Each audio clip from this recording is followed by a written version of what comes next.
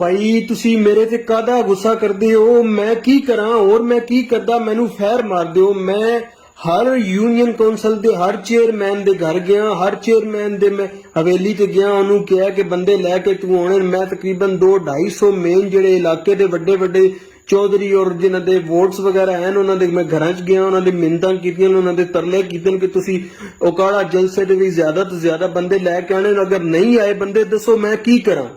हुण मरियम साहिबा भी मेरा फोन ब्लॉक कर दिता है, हमजा शहबाज साहब वखरे हो मेरे ते गुस्सा न। दसो मैं की करा? तुसी सारे ग्रुप वाले वखरे मेरे ते गुस्सा होए हो। दसो मेरा कारा कसूर है? मैं हर बंदे दे जाके पैर फड़े, हर बंदे दी जाके मिन्नतां कीतियां, अगर कोई बंदा नहीं आया ਇਹਦੇ मेरा कादा कसूर है?